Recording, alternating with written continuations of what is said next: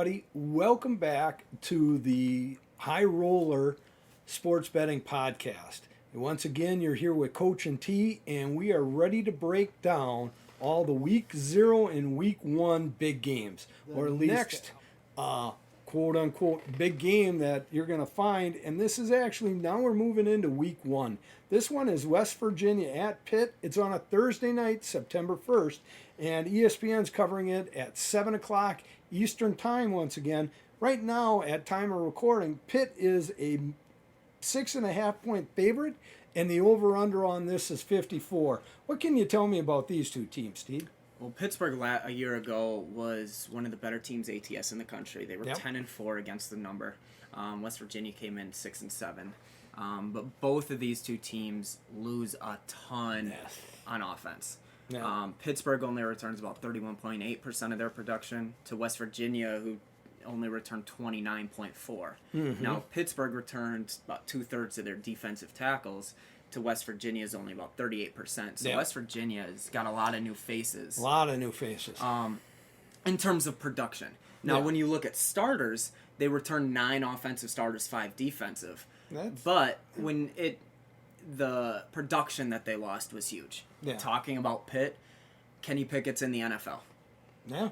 Jordan Addison jumped last minute in the transfer portal and went to USC. Yeah. So they lost the best wide receiver in the country and an NFL quarterback in a system that a year ago, and we mentioned it a little bit in the first game, because the new head coach or offensive coordinator. At Nebraska was the old offensive coordinator at Pitt a year ago. Yeah.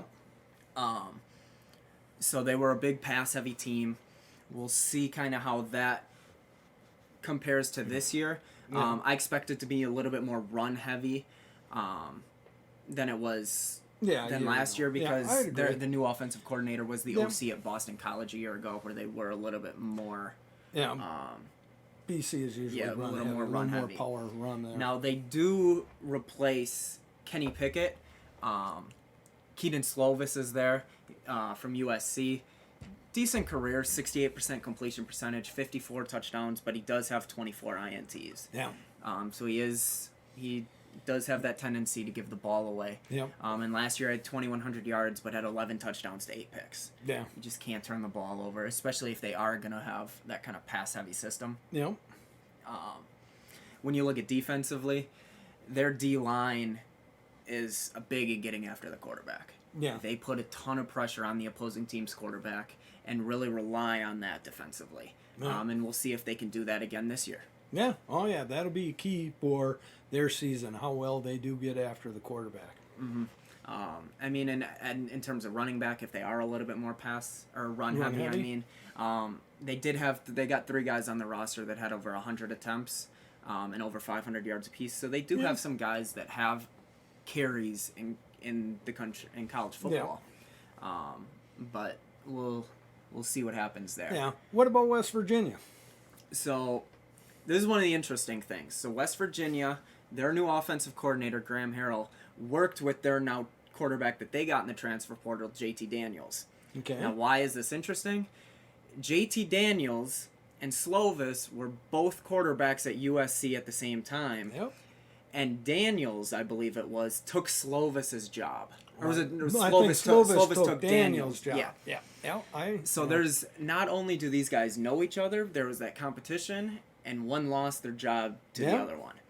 Yeah. So JT Daniels is going to be looking to make he's going to be if you're a competitor, you want to make that statement. I'm better. You're out there trying to prove you're better. So they do bring back their offensive line, which is solid, and to be able to protect them. Yeah. But defensively, they lost their star nose tackle. They lost their leading tackler.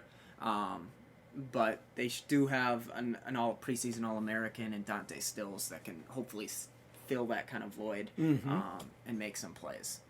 Now, for me personally with this one, I have Pittsburgh minus double digits. Okay. Excuse me. But to me, I see this as, will the offensive line of West Virginia be able to protect Daniels against the defensive line of Pittsburgh? Agreed. And if they can give him time, he can make some things happen.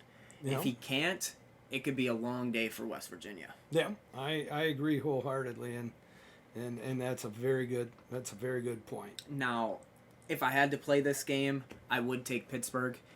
I do like Pittsburgh minus the points. I haven't bet that one yet, just because I'm waiting for additional line movement.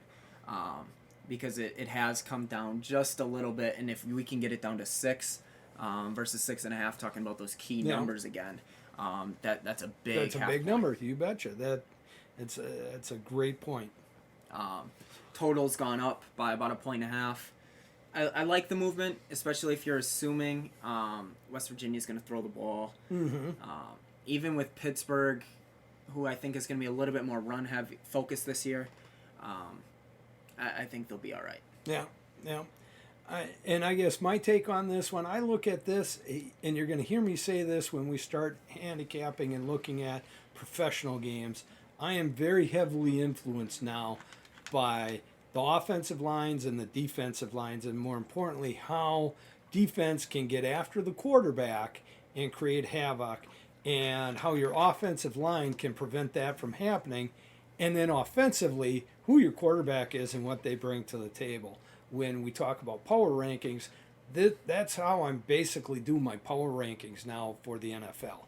To me, those are really the key components. Your key offensive player and your defensive line and your offensive line. Everything else really becomes minimal after that.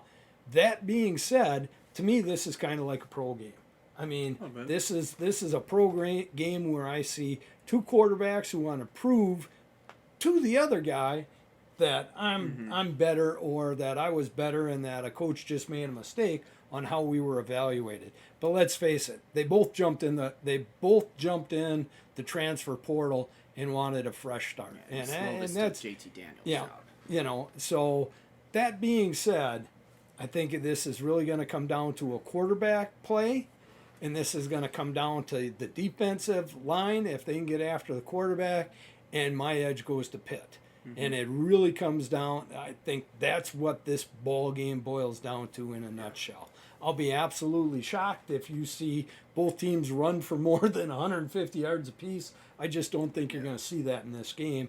So I'm with you. I see that line tick on the over-under moving up. It's going that way for a reason. I think there are going to be some points scored, and it's going to come down. Can Pitt get after the quarterback well enough to beat this team by double digits? I initially, when I looked at it, thought they could, even though the game is at Pitt. So edge goes to the defense on that because the offensive line, if there's enough people there, you get crowd noise into it.